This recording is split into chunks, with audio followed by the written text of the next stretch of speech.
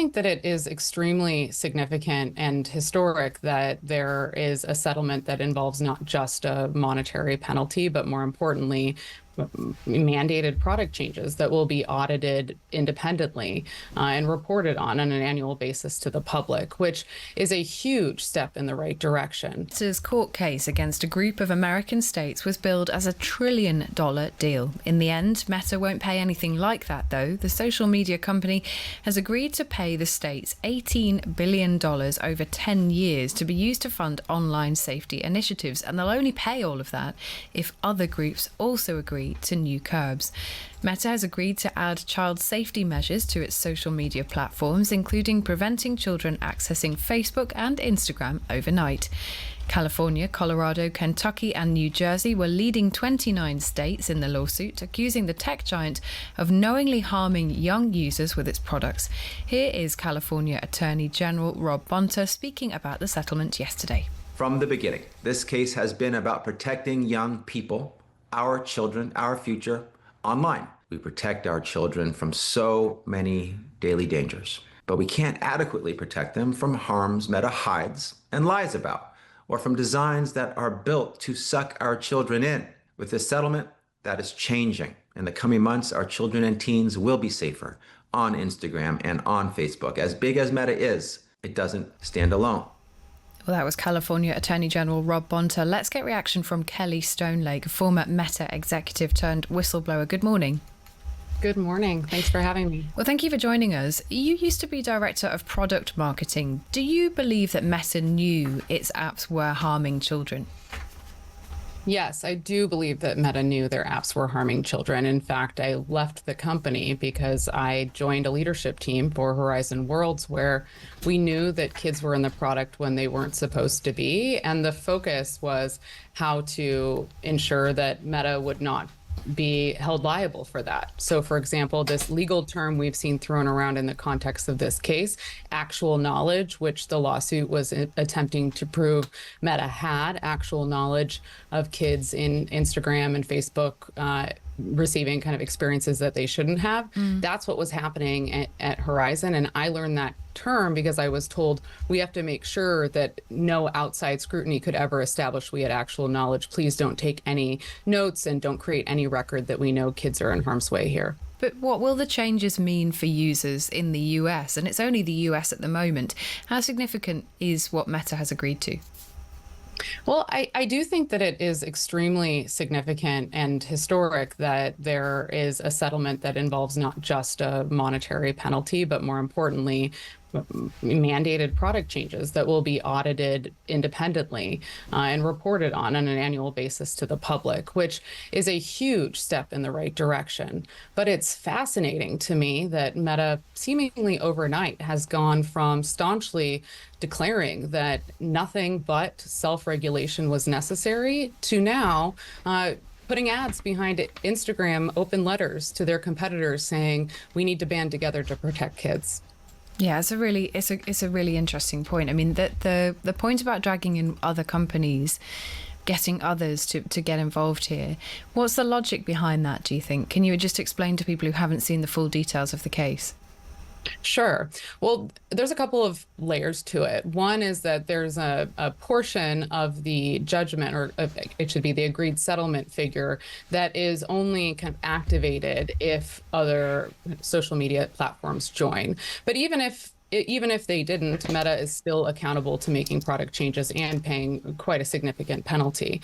But what Meta's thinking about is preserving profit, like always, right? That's what they think about. And so they don't want to lose a competitive advantage knowing that these exploitative and harmful product features that now they're agreeing to restrict for kids might still be active on a competitor's product. And so if you're agreeing to cut off access or it's like notifications during the nighttime, well, what happens if that kid is getting notifications from TikTok and YouTube? Meta loses market share. So that's really what it's about for them. And have we heard anything from those other companies about whether they will comply? No, I don't know about that specifically, but what I really hope happens as an outcome of these agreed platform changes is that legislators around the world see it as a minimum floor for what might be expected for social media companies to enact to protect young kids. I mean, it's crazy to me that for years we've heard Meta say this is too complicated, age assurance is complicated, and now we have a settlement proposal that outlines exactly how they would do it, what timeline they might need, and it's all there in black and white. So I think we need to be those in kind of governing roles and in legislations around the world really need to be looking at that as a standard that can be employed across the board. And again, it's just a starting point. What does that tell us about Meta, about the way that that company works, given what you've just said, which is that the company has spent a very long time saying it would be impossible to do all these things you want us to do, it would really damage the business model, it's not going to happen. Now we see that they really can do it. It's probably going to be implemented reasonably quickly. What does that tell us about all the other times when Meta and other groups say, oh, we couldn't possibly change the algorithm, or we couldn't possibly do the things you're asking because it's much too big of a job? Should we believe them? That's such a good question. I wrote 9 months ago about this playbook that they follow when it comes to any youth harm issue. And we see it play out time and time again, and it's happening right here now, which is that initially Meta categorically denies that the problem exists. When confronted with evidence, they will, admit that it exists, but shift the blame onto someone else. In the case of youth harms, it's largely parents, schools.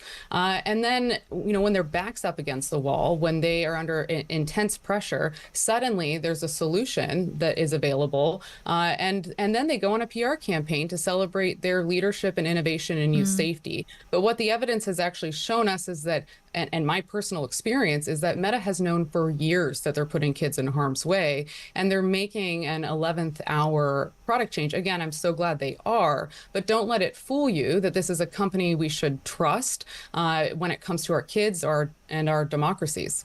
Kelly Stonelake, thank you very much for joining us on the programme this morning. Thank you for having me. Have a great day. Thank you, you too. She is a former Meta executive turned whistleblower. And I think that's the point really here, isn't it, Calum? That Meta has spent a really long time saying, we can't make the changes you want us to make. It's too difficult, it's too expensive, and it would damage the product. And here they are, basically handing over these pretty significant concessions, as Kelly Stonelake was saying there, on the condition that others do the same, of course.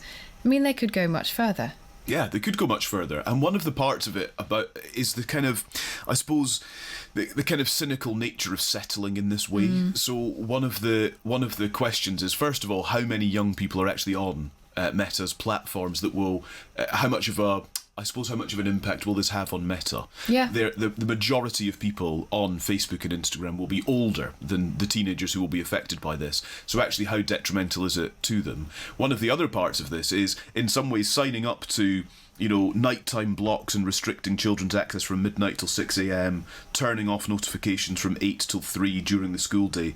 These are quite easy things for Meta to do as a platform.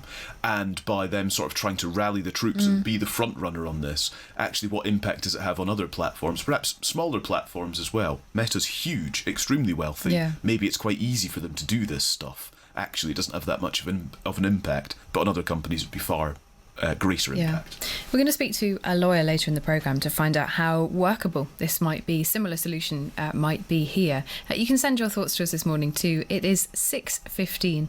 Should we take a quick look at what's going on in the Times and elsewhere?